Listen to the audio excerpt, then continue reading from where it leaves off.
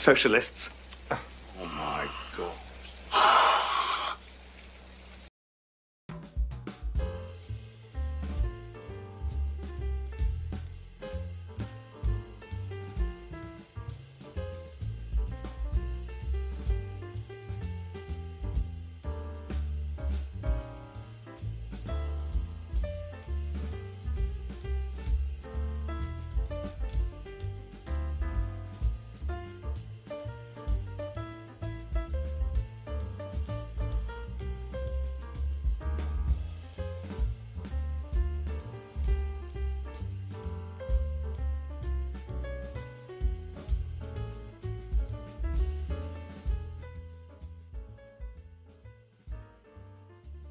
Right, people, all lights are green. Should be coming to you live now. Very well, welcome to the stream. This Socialist Sunday. Happy Socialist Sunday to everybody watching. I'm your host, Lefty. You're a presenter and political and environmental activist. How are you doing? Having a good weekend?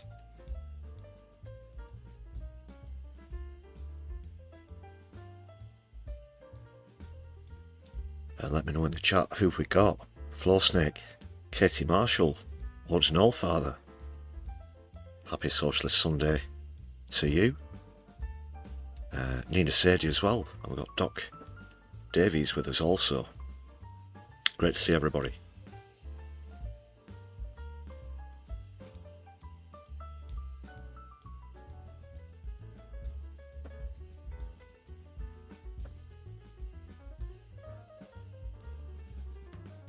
Okay, there's a poll up in the chat as well. Please do let me know your thoughts on that as you come in. Obviously hypothetical. We're a long way away from the next scheduled general election, but in the event of a hung parliament, who do you think Starmer might side with for a majority? Some of the polls recently have suggested hung parliaments, others with reform having a majority, but on the assumption that it's not a stalemate, but if it requires some form of coalition, then who is Starmer going to side with? Will it be Ed Davey, Nigel Farage, Jeremy Corbyn / Zara Sultana, whoever's leading this new left-wing party that really does need a name promptly for brevity's sake,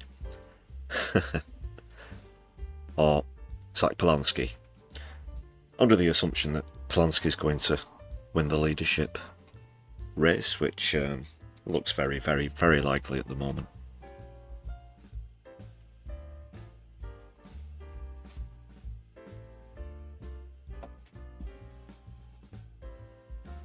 I think that's only been emphasised as well from a recent criticism from his rivals in the contest, Adrian Ramsey and Ali Chowns. There was, there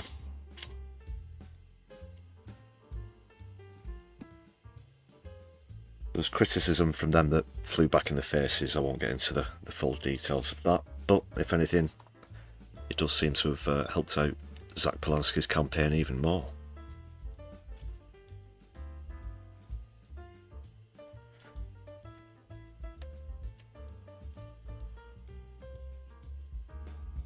So at the moment, most of you are leaning towards Labour Lib Dem coalition with Ed Davey.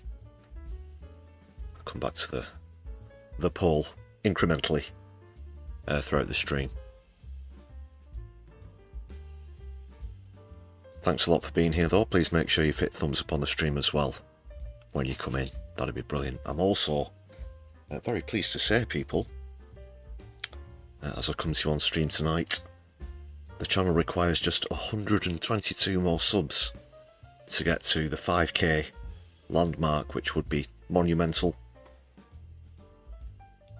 That would be amazing. Thank you very much for all of your support, all of your shares, and recommendations to people watching. Great stuff. And we've got a great community here on the channel. And we've got some great members as well. So here is the latest members list.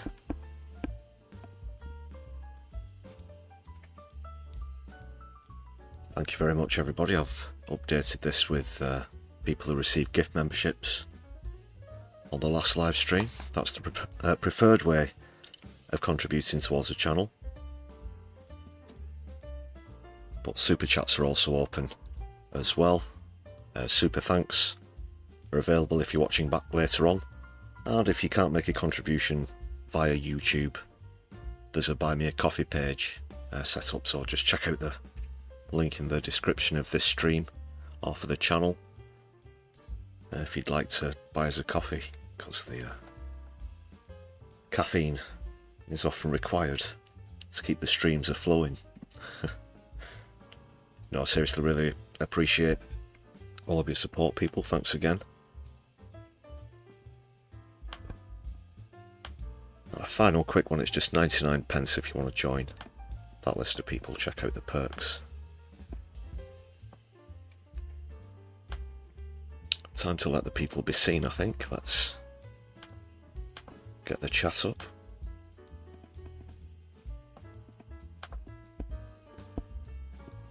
Let's make sure that's refreshed.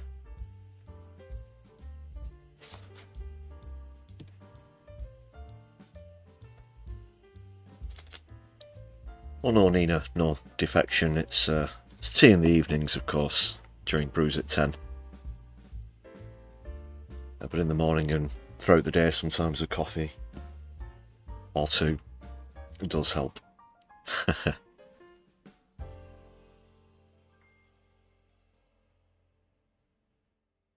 I've got Edward Sexby in the chat as well. Thanks for joining us. Yeah, good shout out to My Dog's a Goth. That's a good username indeed. Good point there, Ed. I believe they're a moderator on this space, so it was great to see them over there moderating when we raided in the other week.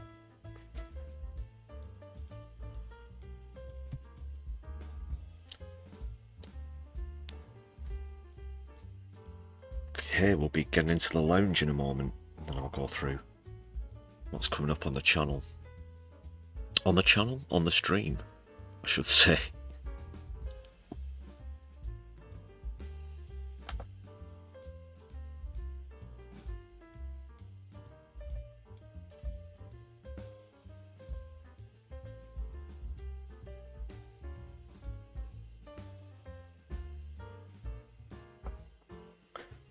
Yes, I've been out there on the streets again myself. So I've got a bit of footage of that to come as well.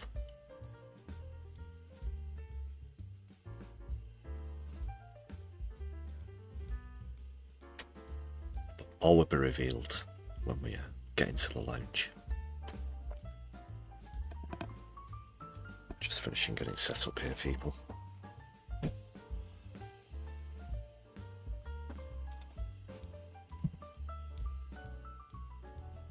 And feel free to crack open.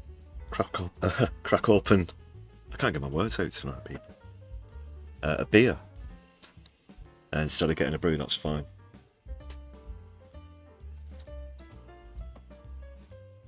I'm just on the hot, tasty beverage here myself.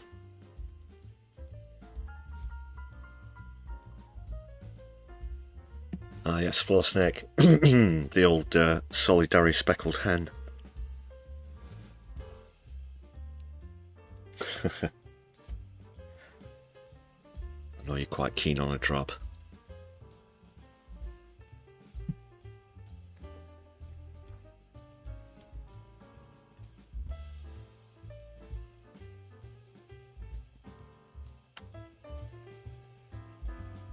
Just before we do go into the lounge, thank you to Herbie Ranger and the Supersonics. The Sunday live stream background band.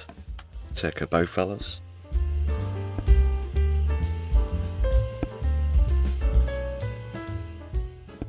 Ah yes, the jazz 4-piece. But only 3 of them can be heard.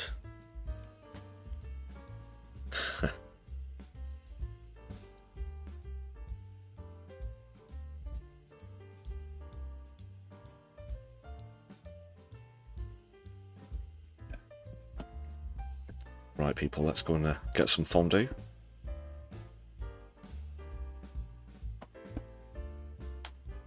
Let's see what's coming up.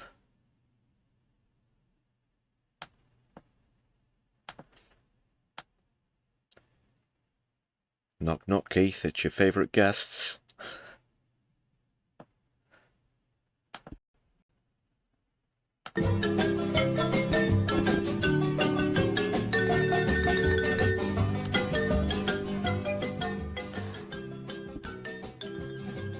Yes, and the internet's catchiest earworm as well. Thanks a lot to the Agitator, by the way, for putting together this scene. Also, all credit to the Agitator for the Yvette Cooper test card that I'm going to be using on Sunday live streams as well. Great stuff. What's coming up? Like I said, I was out there yesterday. There was a counter-demonstration against the far right, who were gathering as part of apparently a National General Assembly.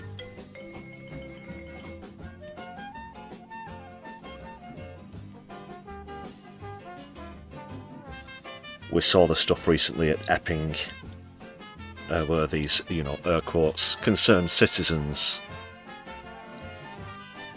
were demonstrating, but yeah, it's just far-right racists posing as concerned citizens, of course, with the faux outrage.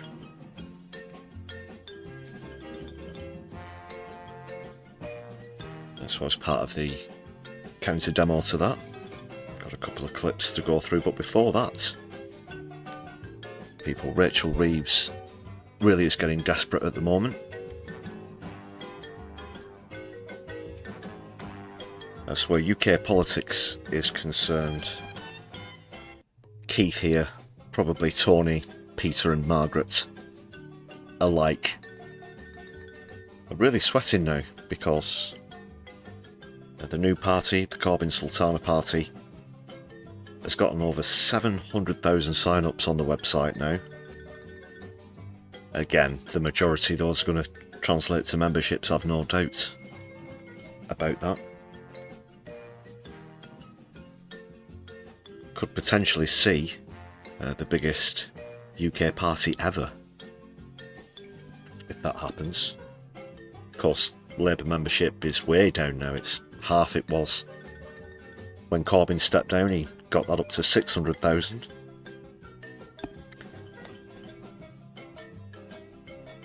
And while they're trying to be dismissive, this does pose a serious threat.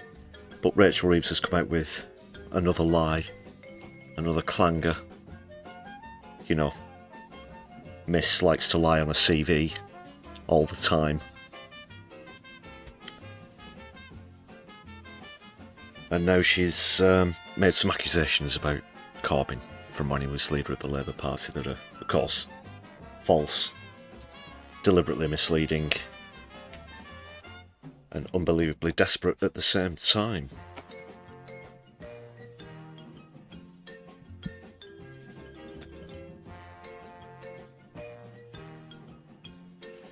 But also coming up, people, as well as the protest I attended yesterday, there were protests all across the world in support of Gaza, including a particularly impressive one in Sydney, in Australia, which I'll be taking a look at, as well as, of course, as always, demonstration in London, which was well attended. Plus I've got some info coming up for anybody who's interested in getting down and joining a protest. next week, so there's that to come. I've got some polling as well from Liverpool. We're seeing an increasing number of polls now that are factoring in this new left-wing party and providing some encouraging results as they do so as well.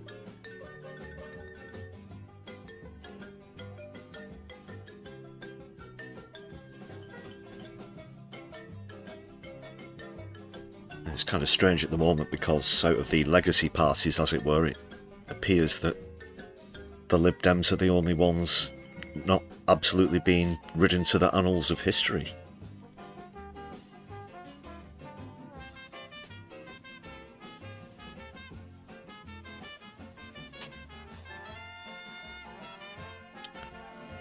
So there's that to come, as well as the latest from Gaza, of course.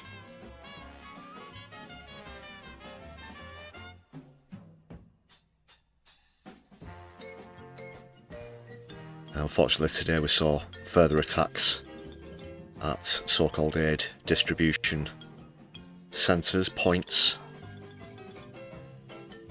More like bullet distribution points.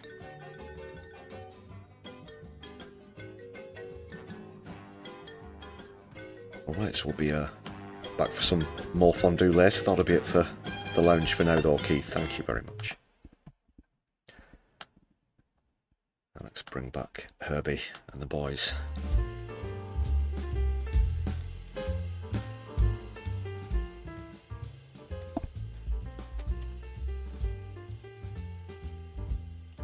Yeah, plus more to come. I forgot to say there as well, let me know if you've been out on any of the demonstrations or protests over the weekend. Let us know what you've been out demonstrating about. It's always great to connect and share experiences. We're all in this together, you know, people.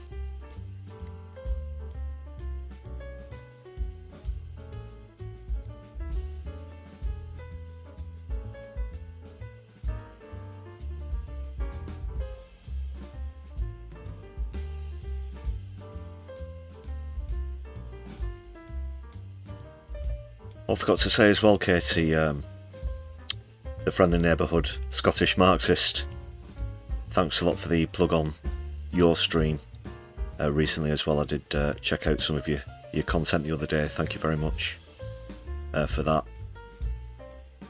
Awesome stuff.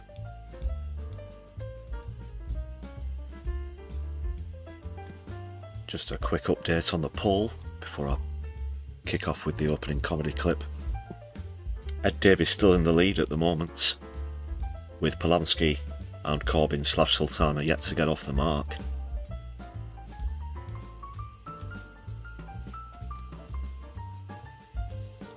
I mean, it had to be fair there to put them on as viable options.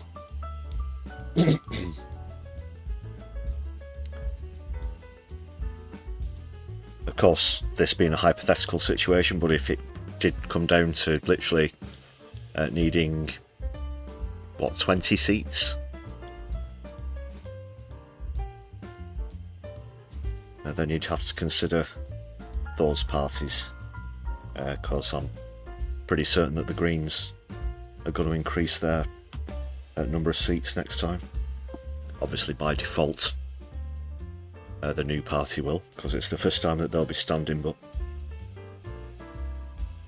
how big this thing can get remains to be seen.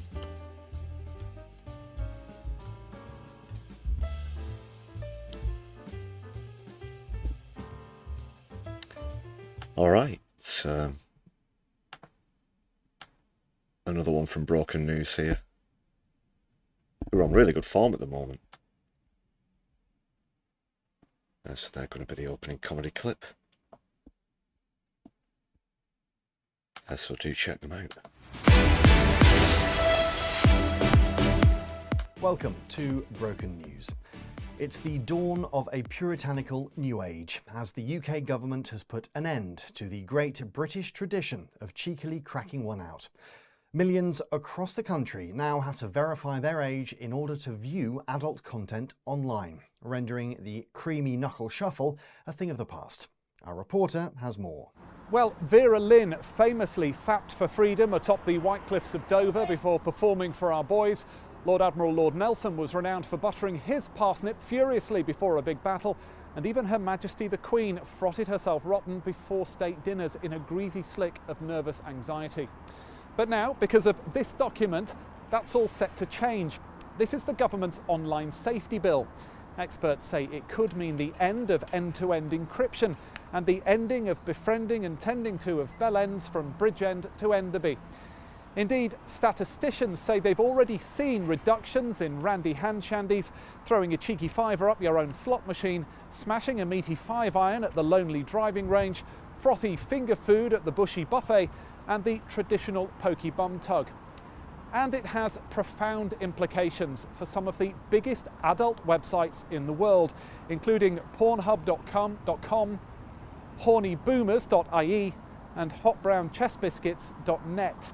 But there are questions over individual freedoms.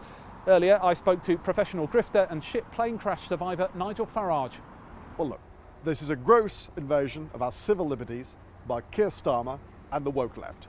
It's disgusting. What concerns you most? Well, look, put it this way.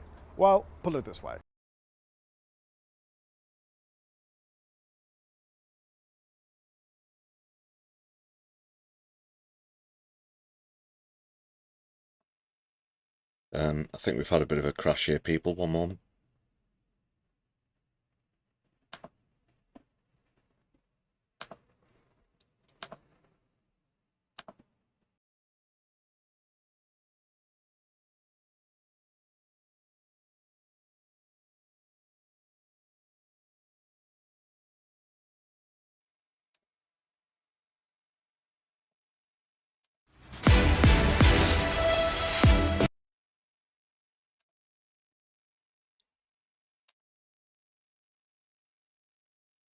Sorry about the delay there, people. Appears that we're back. Yeah, broken news. Sorry, had to reset the broadcast software there.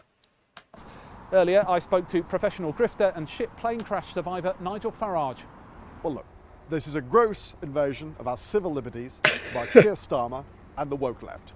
It's disgusting. What concerns you most? Well, look, put it this way. When I'm not neglecting my constituents or desperately seeking Donald, there are only... It's very good, this impression. two things that I love. Oh, and what are they?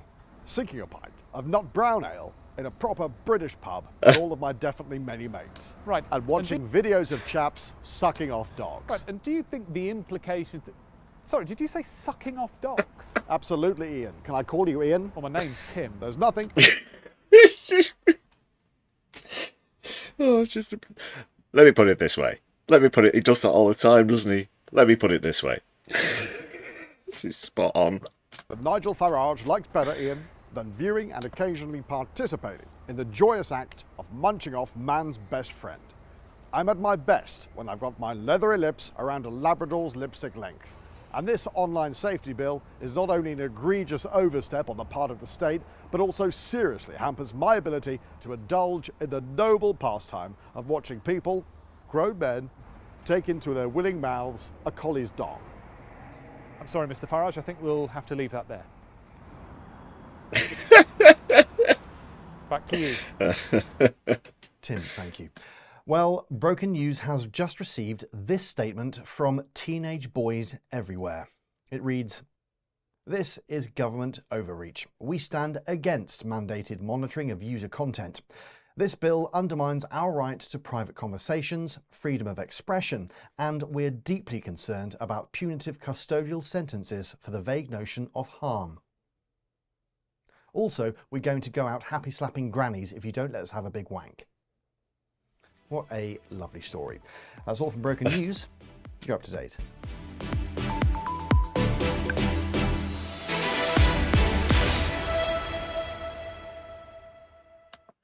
Larry and Paul with the broken news there.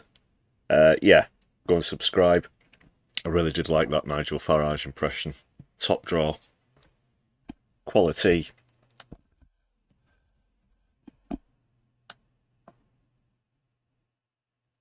Herbie, can we get back on the rocks?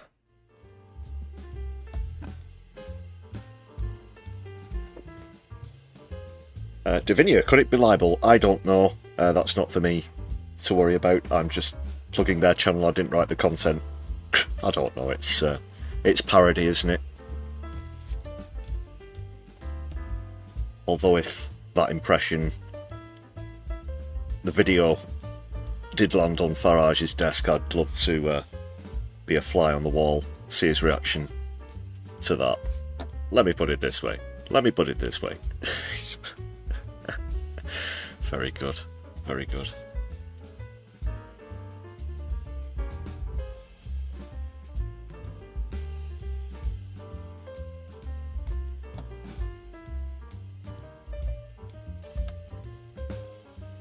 Okay, people.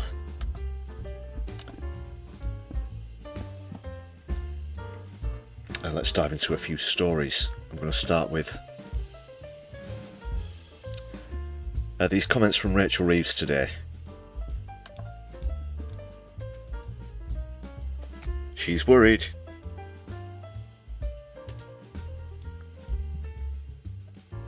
So the petty attacks on Corbyn and Sultana have already started. Mentioned in my last video and on recent streams the pathetic depths that the Spectator were prepared to go to try and criticise them, saying that they use the same crowdfunding platform. You know, God, they wear the same size shoes as well. Goodness. You know, they both breathe oxygen. But this time Reeves, although Reeves is a bit more appropriate actually in this case, because it's a raving mad statement. She's accused Jeremy Corbyn of trying to destroy her party, the Labour Party. I'm going to focus on the hubris of perhaps that turn of phrase, my party.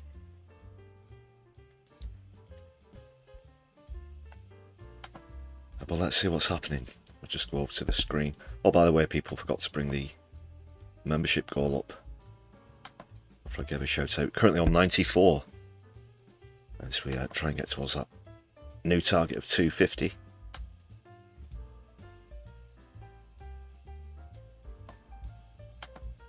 Right, what am I doing? I'm opening the screen. It's what's happening.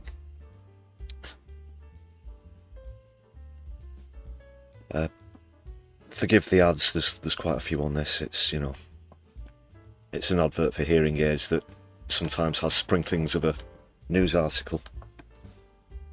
It's from the Independent. So she's predicted that the public will reject Corbyn like they did twice before. Didn't really seem like they're rejecting him too much when he wiped out the Tory majority in 2017. So she said as well that he's got a big ego. She told an audience at the Edinburgh Fringe Festival that Corbyn had tried to destroy my party during his leadership, in which he lost 2 general elections, one in 2017, one in 2019. Now, really, Rachel, have you seen the polls recently?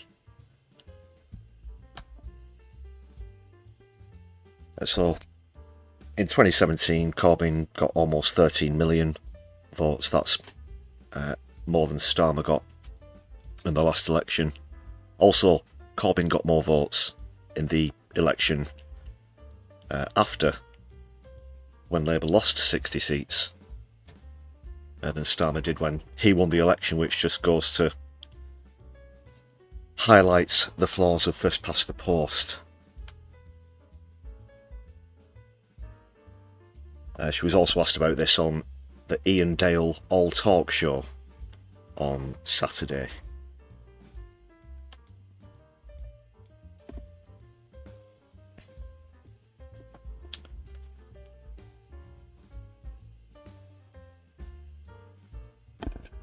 Asked about whether the new party could eat into Labour's support by becoming a reform of the left, the Chancellor said that Corbyn has had 2 chances to be Prime Minister.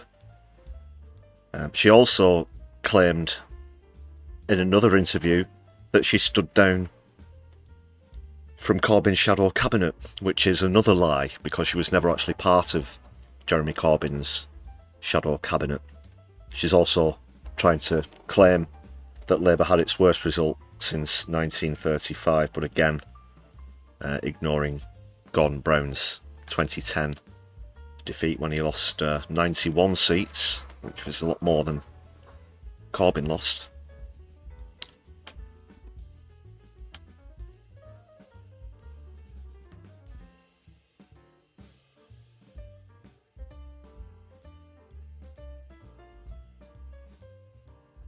So of course she's talking out of her neoliberal backside, as always.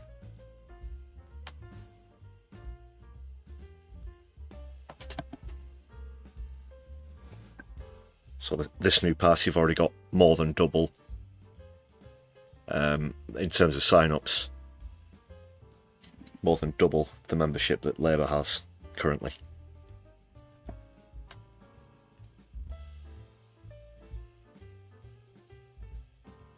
Corbyn's not responded to that. Just wanted to quickly touch on that article. Nina Sadie, thank you very much for the gifted membership there, taking us up to 95. Thank you very much. Solidarity for that this Socialist Sunday. Please everybody, big up Nina Sadie in the chat.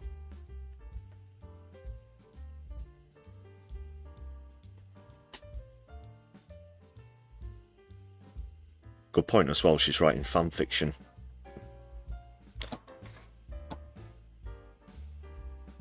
Yeah, it's bewildering how she thinks that anybody takes her seriously. She's been caught in so many lies now. She doesn't appeal to people. She has a robotic delivery the same way that Starmer himself does. It doesn't exactly ring chimes of, you know, solidarity with the people.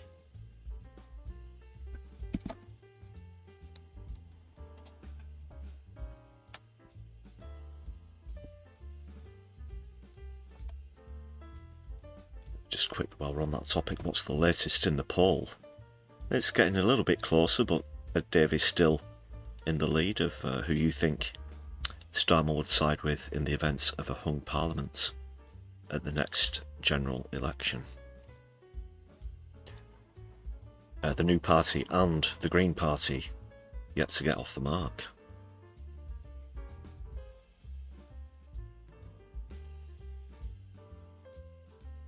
And good evening to Martin Arnold. Happy Socialist Sunday.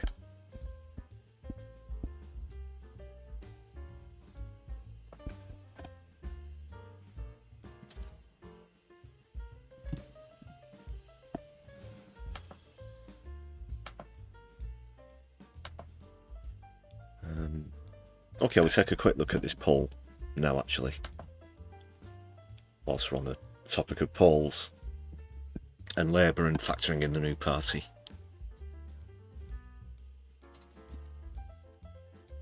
And it's from a Liverpool seat, of course, Liverpool having a history of voting Socialist.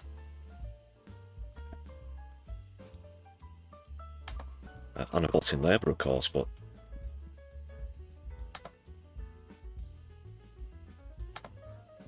could the tide, the Mersey tide, be set to change? And I know that we do have a few Liverpudlians as regular viewers as well, so I'd like to get your 2 cents on this one. Mo, great to see you. How's the allotment? Hope everything's going well. Allotments have actually been in the news in the last couple of days, haven't they? Labour are going to be selling off some allotments.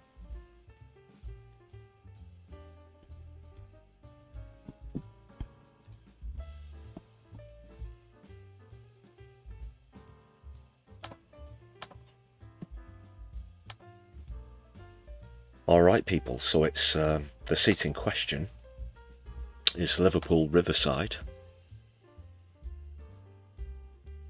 No points for guessing which river that's in reference to.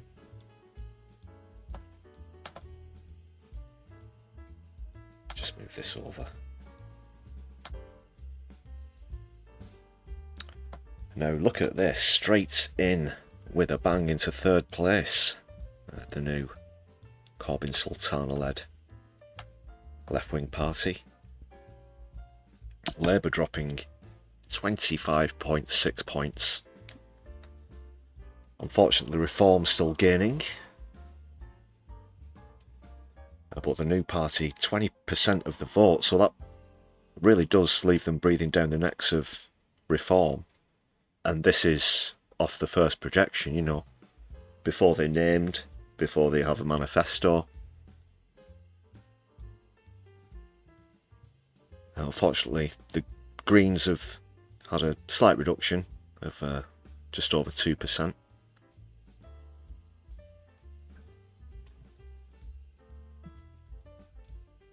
So how's about that? You wouldn't say it was far-fetched to say that the new party would gain ground on Reform, perhaps get into second place and then start to eat into Labour's lead.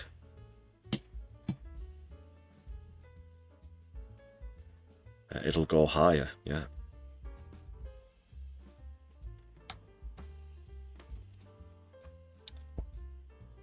There's a graph, let's have a bit of a look at this. It's BMG polling. So getting about, yeah. Getting off to a good start. It's got to be said.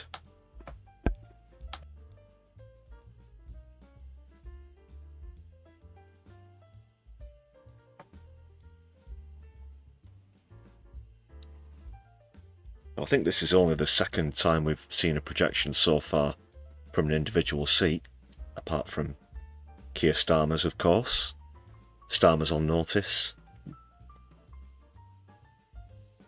as well as West Street and Jess Phillips, the notable names. David Lammy, I think, is going to be added to that list as well. As far as popularity goes, the bottom three at the moment are probably Starmer himself, of course, Rachel Reeves, West Streeton and David Lammy, I would say.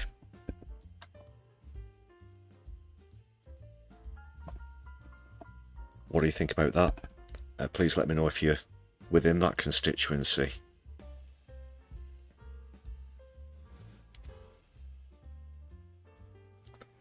Good point there, Katie. Just bring that back up. What was their actual percentage? The Tories could lose their deposit because it costs a couple of grand if you want to sit in a seat.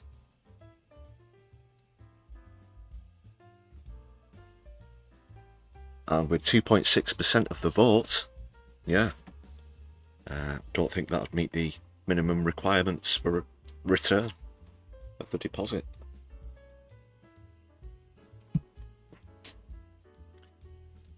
And good point there, Ed. Yep, as I said, I think we brought this up around the time a poll came out as well. The Greens making really strong gains against David Lammy.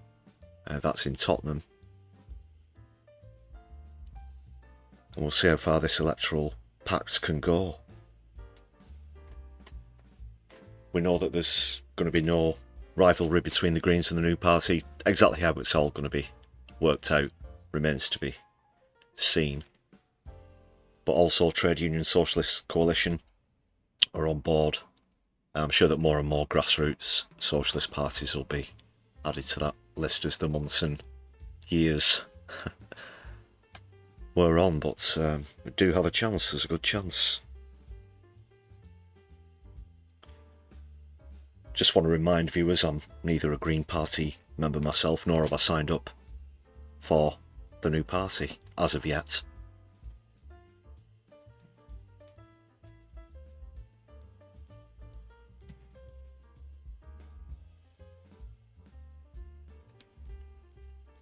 But I'm part of another socialist grassroots party at the moment. Right, people.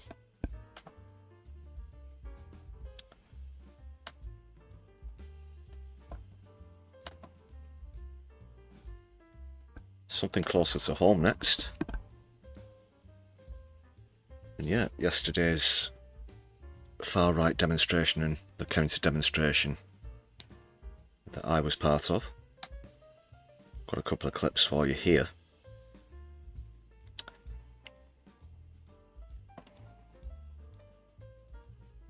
I did a bit of chanting, I didn't get any interviews.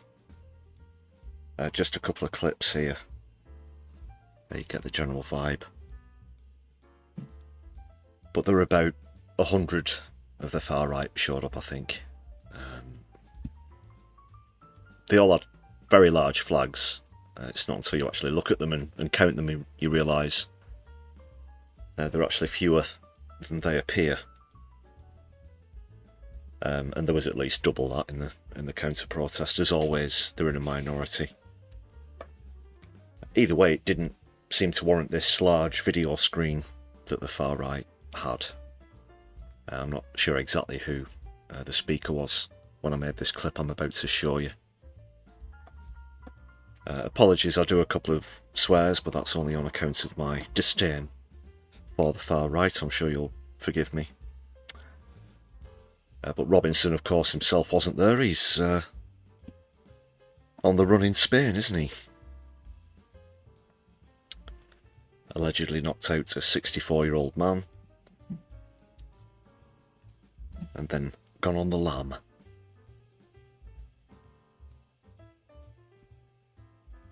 So I know that he wasn't there. Hedy, thank you very much for the gifted memberships there, and welcome to the stream. Happy Socialist Sunday, thank you very much. That does take us back over 100. Thank you very much for that, Hedy. Wonderful. Long-term viewer and supporter of the channel. Hope all you new members enjoy your perks.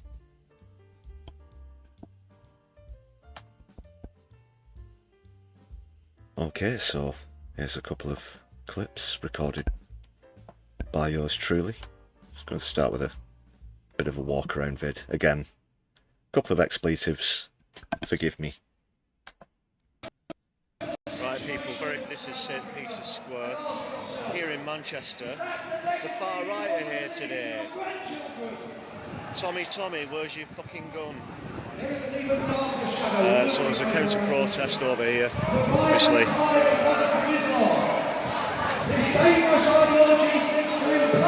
And I don't know who it is who's speaking at the moment, so alright, that's flat. I'm just going to go back over here.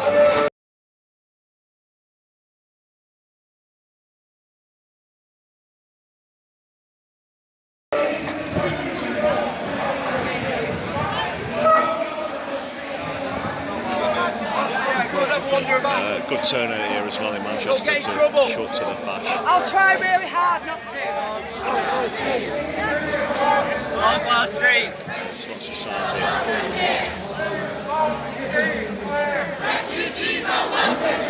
I don't know how the audio's coming through. I've got people chanting on my left and there's the stage on my right.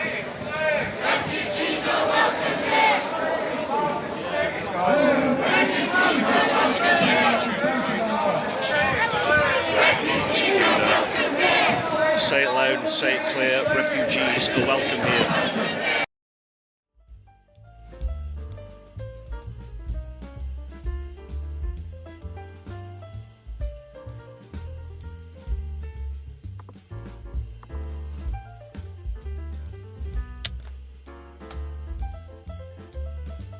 Yeah, so as you heard, well, I'll just play that again, but with the audio off.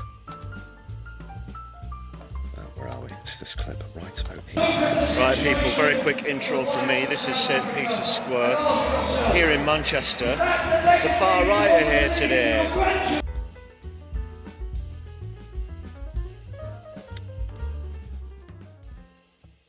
Alright, as you can see, there's a fair bit of distance, obviously, between the far right demo and the counter demo.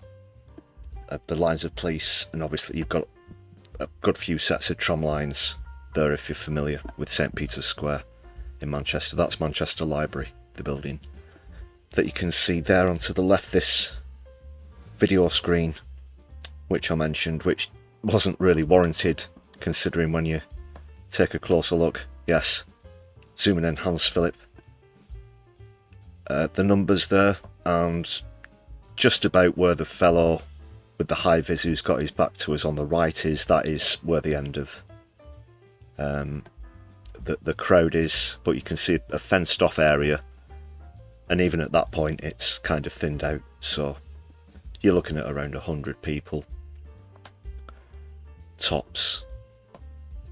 Not very impressive, considering this was supposed to be part of a national demonstration. Again, this comes off the back of those awful scenes in Epping, and these aren't concerned parents, these aren't, you know,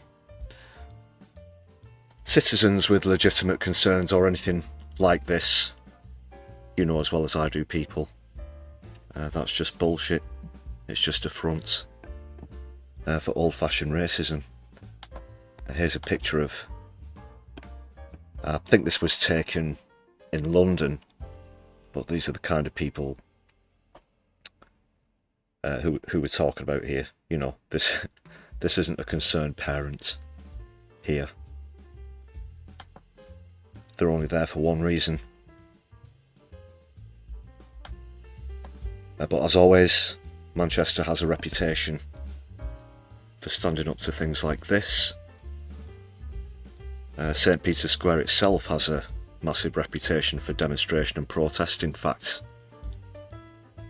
in that very square there's a statue of Emmeline Pankhurst, the suffragette.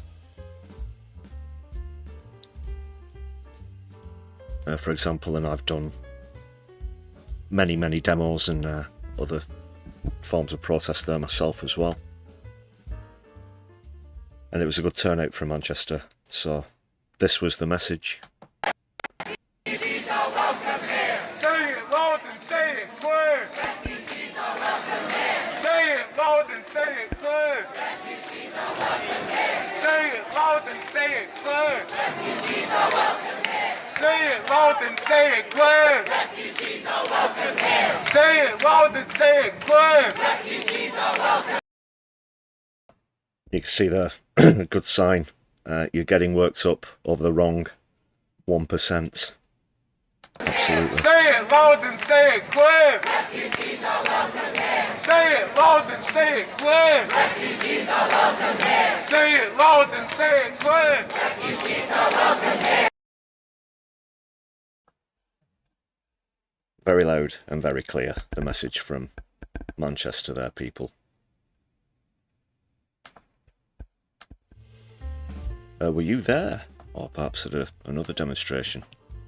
Please do let me know in the chat.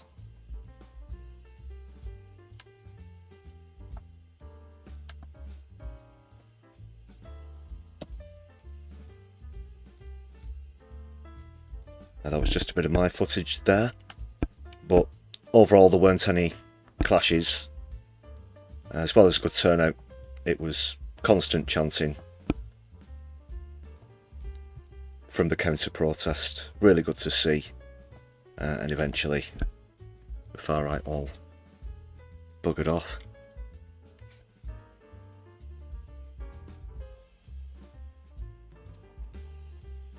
Probably without persuading a single person on the issue either. Hedy, you had Pride weekend. Awesome stuff.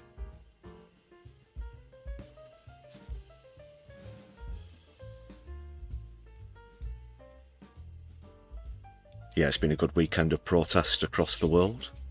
I'll get on to this huge march in Sydney, Australia next, actually, whilst we're on the topic. But before I do, I believe some more thanks are in order. Graham Turner, thank you very much for that super chat, just giving that some love and appreciation. Great to see you this evening. Moshi on toast. Nice to see you. Thanks for joining us in the chat. Fulmar music as well. Baron von Kochschlapp. Always great to see you as well. Ian McKenna. Jeannie Bottle. A very warm welcome to you all.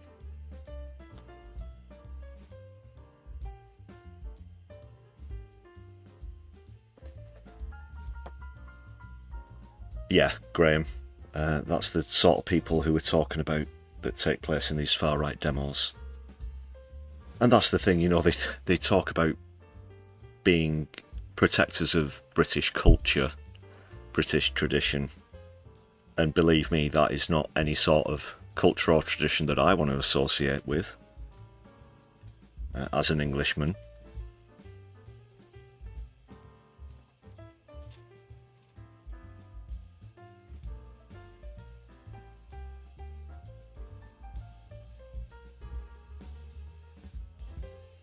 I think it must have been the anniversary of the event as well, because I saw a picture of this going around a lot recently. Famous historical photo, slightly blurred but very powerful, of somebody sparking out Oswald Mosley back in the day, within like seconds of him starting a right-wing rant in public.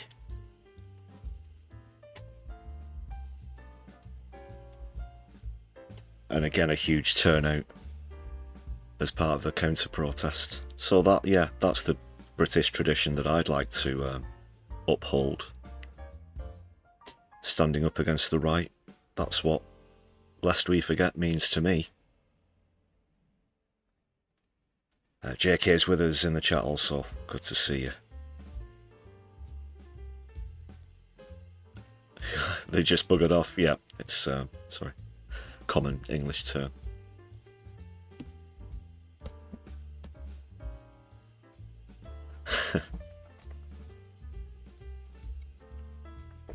They did one, as we say as well.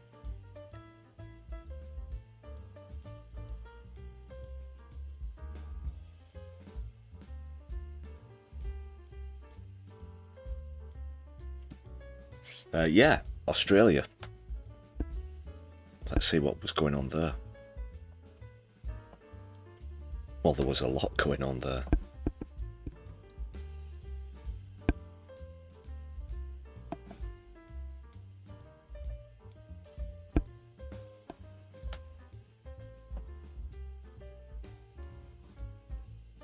So let's check this out.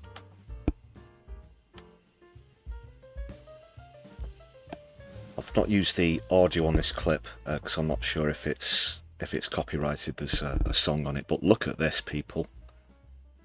Look at those numbers. That is obviously Sydney Harbour Bridge, and you're talking about 100,000 people on the bridge alone. Another 100,000 either side, totaling 300,000 in total. Mega. Amazing, the huge protest.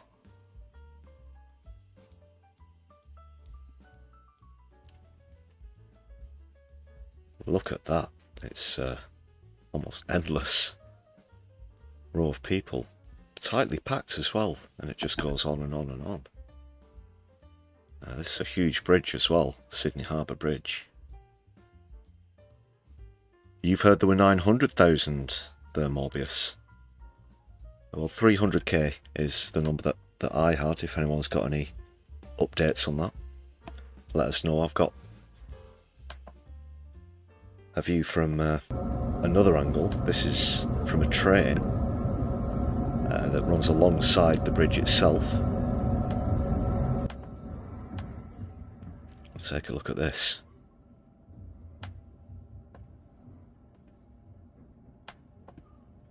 And you can actually hear drums and singing as it goes past. I don't know if you can pick that out. That's not a bad view to have from a train, if you ask me. So yeah, hundreds of thousands braving the weather there as well. A rainy day, you can probably spot a lot of umbrellas.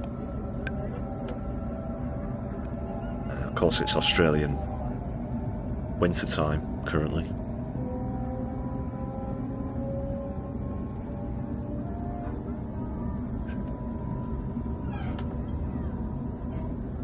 And surely it's going to stop now. Oh no, it just keeps going and going and going. Look at this. And this isn't on a loop. This is one continuous shot, people. Look at this. Incredible.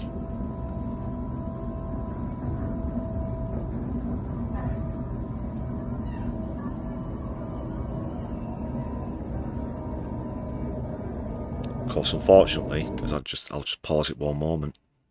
Every one of these people could represent a dead Gazan as well. Let's not forget what the protest is about. Another stat that I saw recently, people, you know, hold on to your seats for this one. Somebody calculated that if you went to the funeral of a dead Gazan child every day, it would take you 54 years to go to the funeral of every dead Gazan child today, you know. To date, of course, we're still seeing hundreds killed per day. 54 years.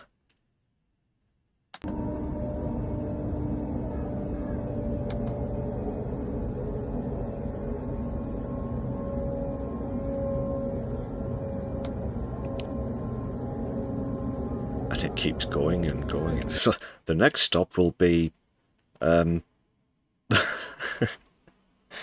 300,000 people. And the stop after that, and the stop after that, and the stop after that.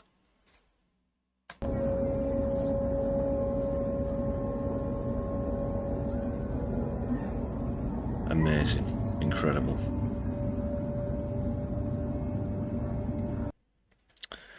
Not a bad view at all.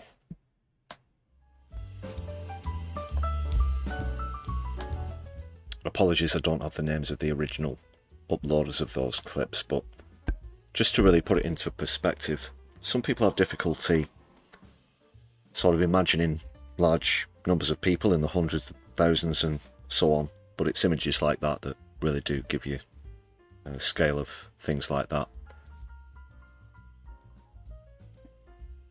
And I don't know about the 900k Mobius, but I wouldn't be surprised if the actual number's more than 300,000.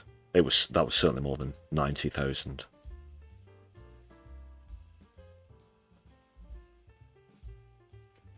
Umbrella sellers must have made a fortune.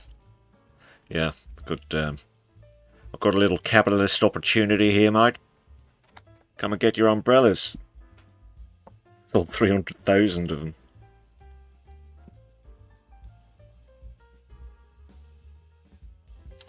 Oh, but the Australian board of you know who condemned the march as AS, did they? Ah. Yeah, of course, unfortunately, politically, Australia do tend to side with the United States and therefore Israel as well on matters and on votes in the UN, for example.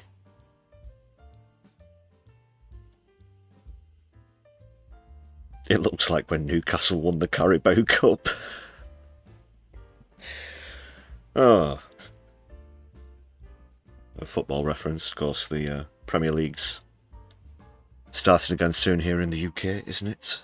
Some of the lower leagues have already had the first matches this weekend, but that's another matter.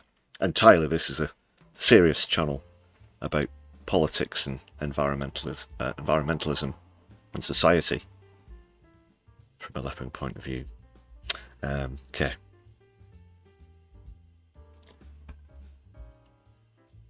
Now, there was a very familiar face on that march as well. People, take a look at this. Julian Assange, looking very well and healthy there, a lot healthier than when he, before he was released. Of course, he was stuck in the Ecuadorian embassy for some time. A years-long campaign to have him free, to have the charges dropped. Of course, he was wanted on jumped-up charges. All he did was tell the truth. Being the founder of WikiLeaks, made revelations about America's conduct during the invasion of Iraq and the early millennium. So really good to see him out at a demonstration again. He has been outspoken about Palestine several times in the past, of course. Great journalist, and of course looking after journalist rights is fundamental. I actually met Stella Assange, Julian's wife, about 3 times while she was campaigning. The first time was actually in St. Peter's Square. The first time I met her. Also in London on one occasion as well. And in one of the tents, part of the protest at the Tory conference as well. Brilliant, brave couple as well, considering everything that Julian's been through. And it goes to show what campaigning can achieve as well, just to sort of re-emphasise that.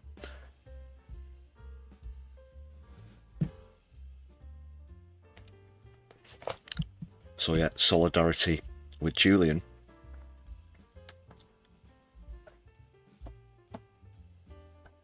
I've just got a few more protests coming up. I forgot to play this. I'll just quickly go back to a previous topic, just the Rachel Reeves thing about accusing Corbyn of destroying the Labour Party. Now in the response to Rachel Reeves's comments on my social media, I have to give a shout out to, let me just make sure I get the right plug here, Walkerati Marty.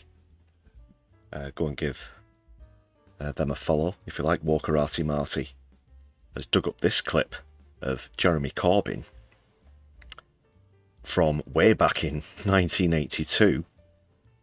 So Rachel Reeves would have just been a few years old back then. And this was shortly after Labour offices were attacked by the far right back in 1982. So let's take a look at this. Some classic Corbyn here. But yeah, the point is obviously he was protecting the Labour Party before he was leader as well as during. So by this, and we're not frightened by this. We're going to carry on our work, we'll carry on fighting racism, we'll carry on fighting for socialism. Police say the bomb was homemade. It was packed into a metal tube in a cardboard box with a burning fuse on the end. As it happened, no one was in the building, but there could have been. A committee meeting scheduled there last night was cancelled at short notice. Hornsey constituency is in trouble with Labour's national executive for giving a membership card to the former student revolutionary Tariq Ali. The local party chairman thinks the bomb is the work of fascists. Well, yeah, so they allowed Tariq Ali, a revolutionary, to become a member, and this has been an attack from the far right. That's what Corbyn believes. Don't think he'd be the sort to make stuff up. He's as honest a politician, really, as you can find in the UK, which is a rare thing. Either they were attempting to damage the building, in which case they've done some of it, or they were attempting to intimidate the meeting, which didn't happen because it was cancelled, and they clearly couldn't read the notice that was on the door, or didn't bother to look on the door and just left the bomb and ran because... It's almost a dry-witted remark, really, because, as it mentioned, there was no meeting. It was cancelled at short notice. There was a notice on the door, but they didn't bother to read it, so it's a totally botched job, regardless from the perpetrators. But as the ITN narrator pointed out, it could have been a lot worse. They were lucky that the meeting was cancelled. People were seen running away from the scene immediately after the explosion, and the parcel was seen there about 10 minutes beforehand by a neighbour. I believe the constituency Labour Party gave the membership card to Tariq Ali in defiance of the national executive. Do you think the bomb's got anything to do with that? There's no proven connection of any sort on that. We have had a series of threatening letters from fascists over the past few months, and we're obviously carefully looking through all those to see where they've come from at the moment. But there is no proof that there's any connection between the Tariq Ali dispute with the national executive and the placing of this bomb. But I think the party will not be intimidated by this, and we're not frightened by this. We're going to carry on our work, we'll carry on fighting racism, we'll carry on fighting for socialism. What a blast from the past. Some classic Corbyn. And yeah, you certainly can't get news clips like that call it like it is, that call fascism fascism and say that you're right behind socialism. Quite refreshing to hear that, actually, because as I've pointed out several times, that's just a word that's absent from the official narrative. You'll hear phrases like, you know, extreme left in reference to democratic socialists and whatnot, but it's the forbidden word, isn't it, Tim? Socialists. Oh my God.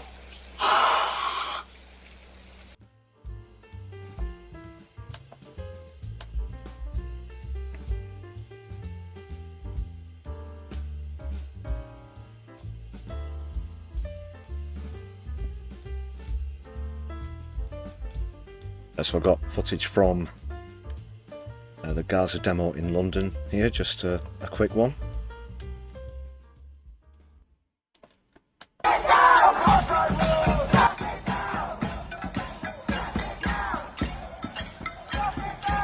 Good turnout again. Not heard anything about the numbers on this one, but it always goes into the high tens of thousands generally.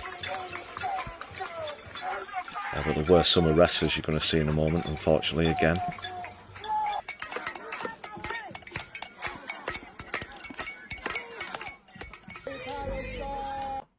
So there's one arrestee. You notice as well pots and pans being part of protests now against the ongoing famine that Israel and is happening in Gaza. So I'm not sure why this person was arrested, maybe even just for holding up a Palestine flag. That's how dystopian things are getting these days.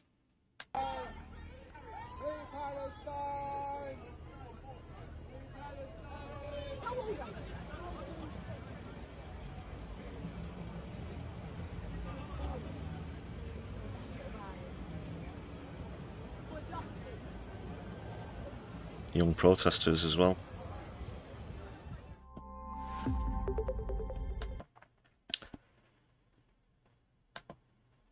So that was London, people.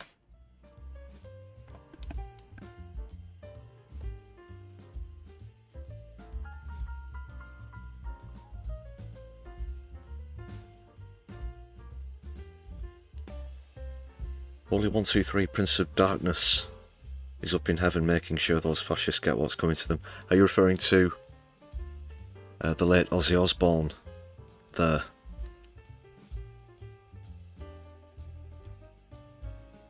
A good point there as well, JK. Next election will be socialism versus fascism.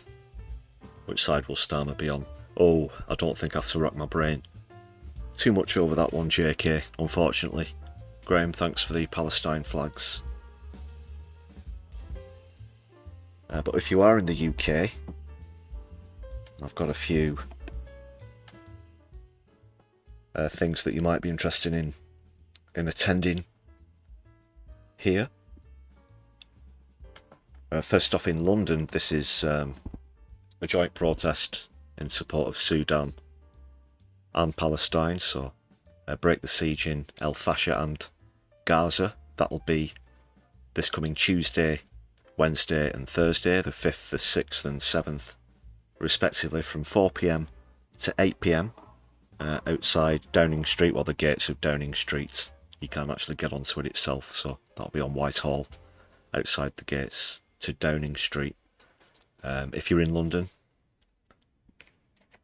please do get down there. Other protests taking place across the country, though, in the Siege on Labour demonstrations, which are going to be taking place tomorrow. So let's go through these. You've got David Lammy's offices in Tottenham at 6 PM. West Streeting in Ilford, that's again at 6 PM. Labour Party General Offices in Ealing, that's at 16 Church Road from 6:30. London Tower Hamlets which is Rushnara Ali's offices. That's 349 Cambridge Heath Road, E2 9RA. I won't read all of the full addresses out. London Southwark, if you're in South London, that's Labour Party HQ in SE1. Birmingham, West Midlands Labour, that's at Terry Duffy House from 3 till 7 PM. And here in Manchester, at midday, there's going to be a demo at Angela Rayner's office at Ashton Market Hall.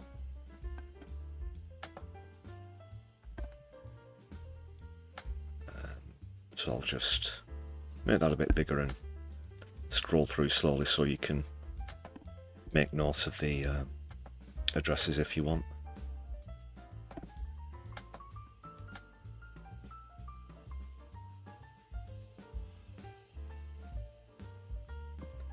Do take notes if you're in the vicinity. I won't be able to go to that Angela Rayner Ashton Market Hall one myself, unfortunately, tomorrow. So that's the Labour Under Siege protests. Shout out to my friend, the revolting hippie, Rangson, for putting these lists out as well. And one of my co-demonstrators in JSO, great protester himself.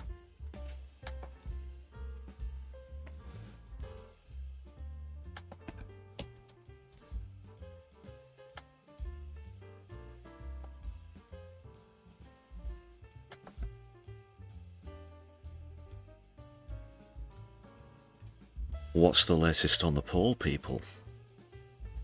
Oh, it's getting even closer actually at the moment, but Ed Davey still in the lead with 56% of the votes to 44 for Farage. Still nobody thinking that Starmer want to get on board with Zach Polanski, Jeremy Corbyn or Zara Sultana. You might probably be wise in that calculation.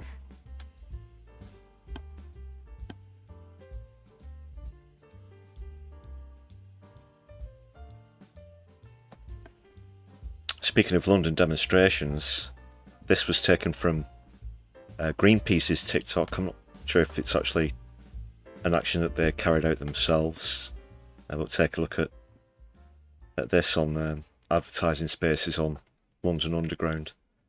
But as I said, it's from the Greenpeace TikTok. I'm not sure if it was them that carried out the action, but a shout out for the clip nonetheless.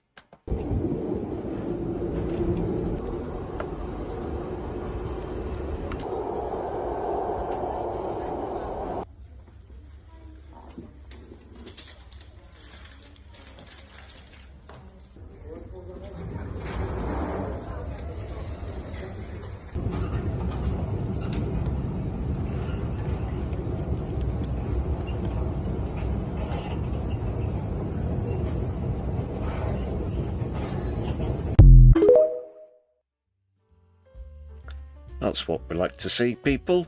Well done, Greenpeace.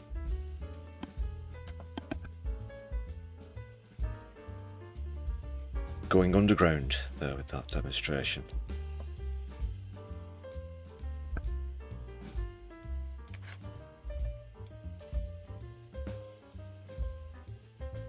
Yeah, good posters there, weren't they?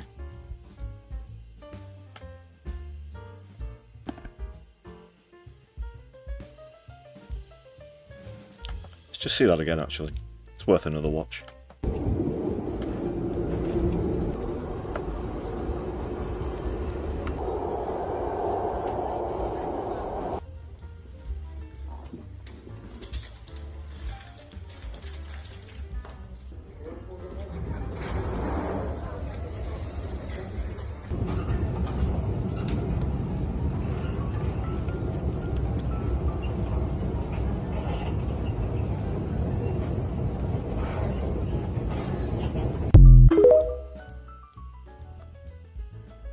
Fun.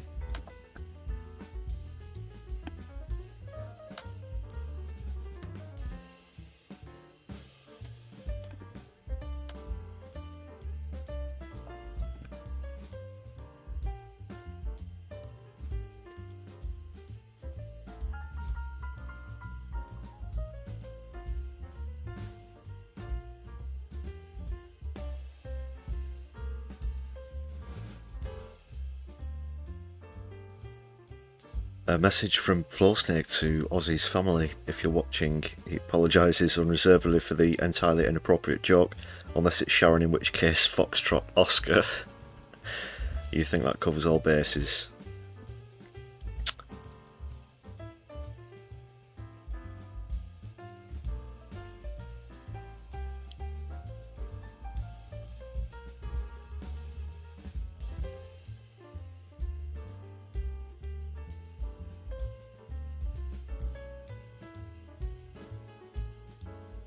Right, okay. Sorry, I was just having a quick scroll through the chat there. Please make sure you hit thumbs up on the stream, people. Give us a share around your social media. Just need around 120 subscribers now to get to 5k, people, so just one more little push on the channel and we'll get over that milestone.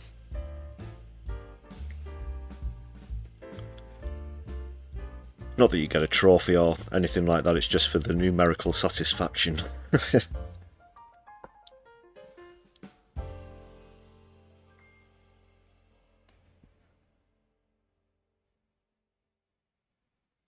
You thought an extra 2 subs had been deployed, but very good. Well, yeah, actually, there was that thing, wasn't there? Donald Trump has moved some submarines strategically against Russia. China's invaded Taiwan, but it's not just warm up to World War III again.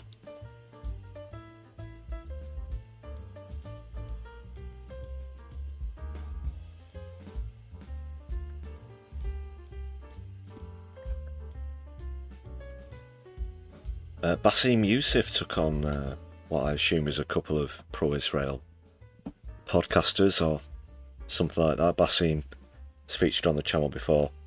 He's a Palestinian comedian, but also a great political spokes as well.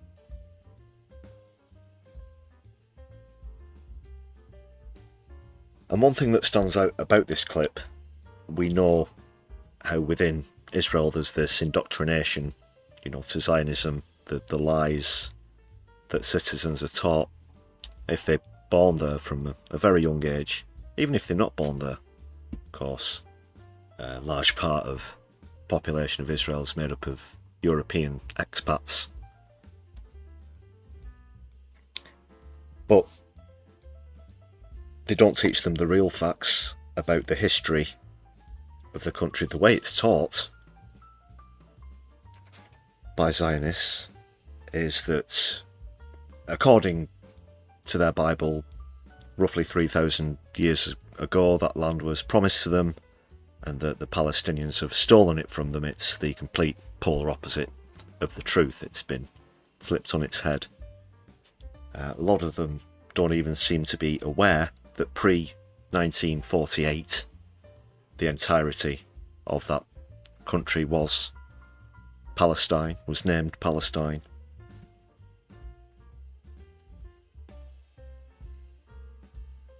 But as is about to be explained, as soon as the state was created, that is when the mass displacement and killing of people began. So let's see what's happening here.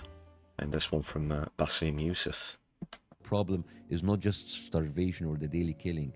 It is people coming in and trying to take a land from other people. And of course you grew up as a Jewish person telling you, this was an empty land and we just came in. There was no one there. There were already 2 million Arabs living there before Israel have even been conceived. And in one night, 700,000 people were displaced overnight. On 15th of May 1948, when they declared the state of Israel. You understand the amount, your grandparents are like Holocaust survivors. They wouldn't like another Holocaust to be happening in their name, and they wouldn't. If you have a problem with Germany, go fucking take a piece of land from Germany, man. You understand like where my people are coming from? Like we were just sitting here, and you have like a problem in Europe, and then you were pushed on us and say like, this is our land now, get the fuck out. Yeah, really good point there as well about the, why don't you go and try and take a bit of Germany and see how that goes for you. As well, that's been said recently when Israel have come out and suggested that Palestinians just move over into Egypt or whatever. They're just complete hypocrisy. It's like, why don't you move to Egypt? See how that works out. Well done, Bassem Youssef.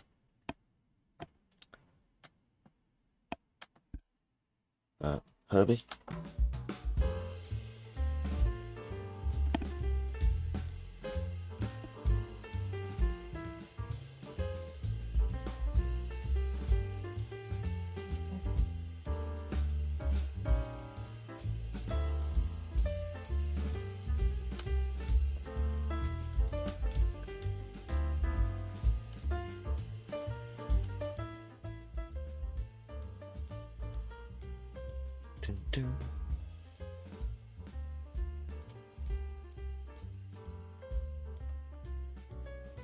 Just want to remind you of the legality of the recognition of Palestine as a state now, with a clip that played on a recent live stream from Lord Sumpton, but he Sumptums this up particularly well with this point. It's definitely worth another watch for anybody in doubt as to whether Palestine fits the criteria for being legally recognised. I'm afraid that the letter that she has signed is quite plainly wrong. I agree with the four criteria for the existence of a state, but it seems completely clear that Palestine has all of those characteristics. It has a defined territory, namely the old mandatory Palestine minus the territory of Israel. It has a settled population, although they've been much moved about by Israeli bombs. It has a government. You may not like the government. It may be a terrorist government, but it is a government. And it has the capacity to conduct international relations. It was recognised last July by the International Court of Justice, which is the highest authority on international law, as having a right to statehood. It's recognised by 147 out of 183 members of the United Nations. It has relations with all of those that recognise it. Traditionally, this is a question of fact. Palestine is a state, and it seems to me that the sooner that we acknowledge the facts and recognise it, the better.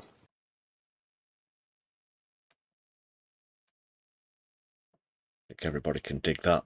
Can you dig it?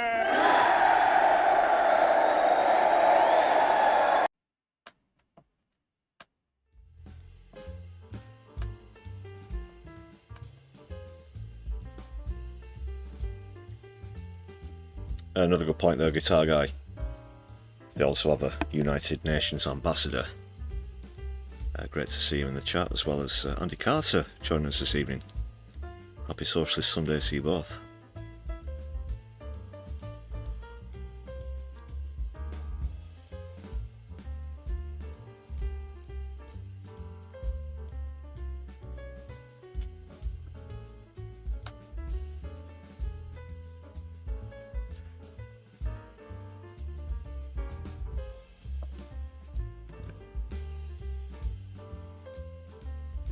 It's not going to be too much of a marathon session tonight on the stream. We'll be redirecting shortly. Just want to give another shout out to all the members on the channel. If you'll forgive me for removing the chat a moment, so we can see everybody. There we go. Thanks people, really do appreciate the support.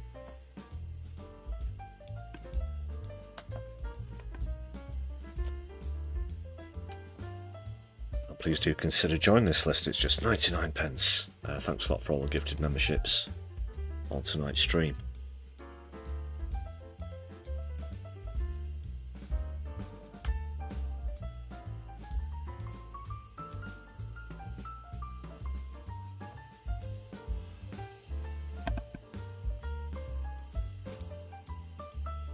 Thanks again everybody. I'll see who we're going to raid into.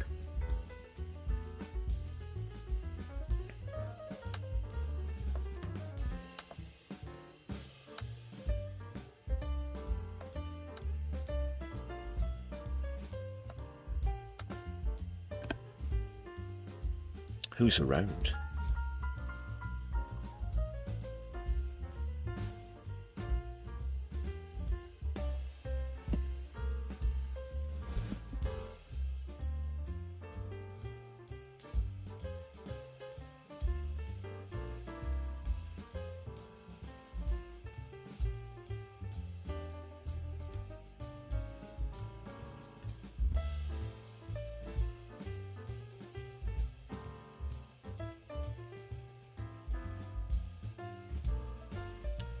Alright, I think we'll do a raid into Kev.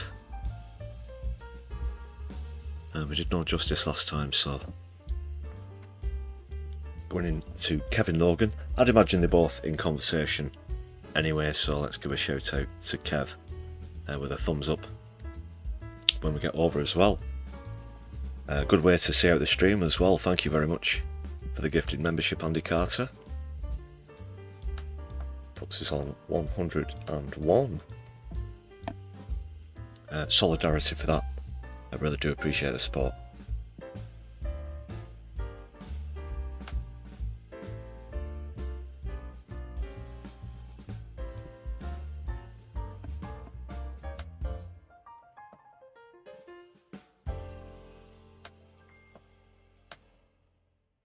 Okay, so all that needs to be done is one final gate crash into the fondue lounge as we say our goodbyes.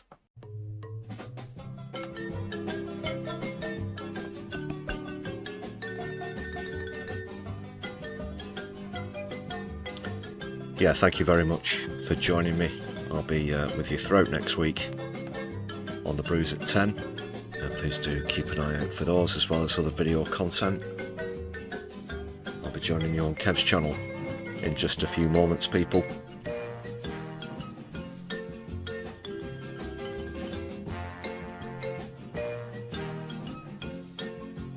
That brings the poll to a close as well.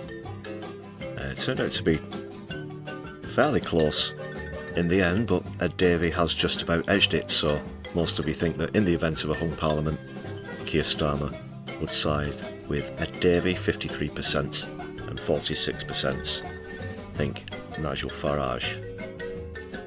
Thanks a lot for your votes.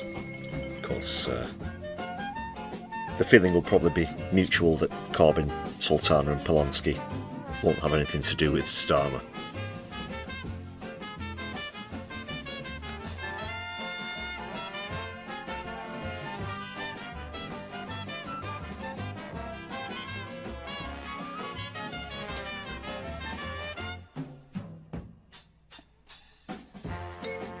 Alright, so I think that's everything taken care of, people.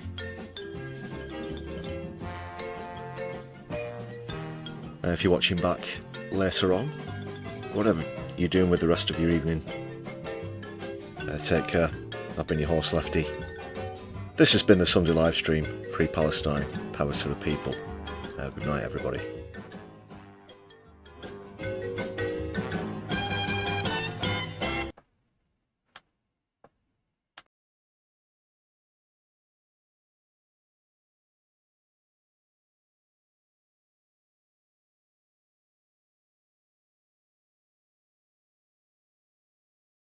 Which was to pull bad stuff out having to do with children, because it is a problem. Don't move her.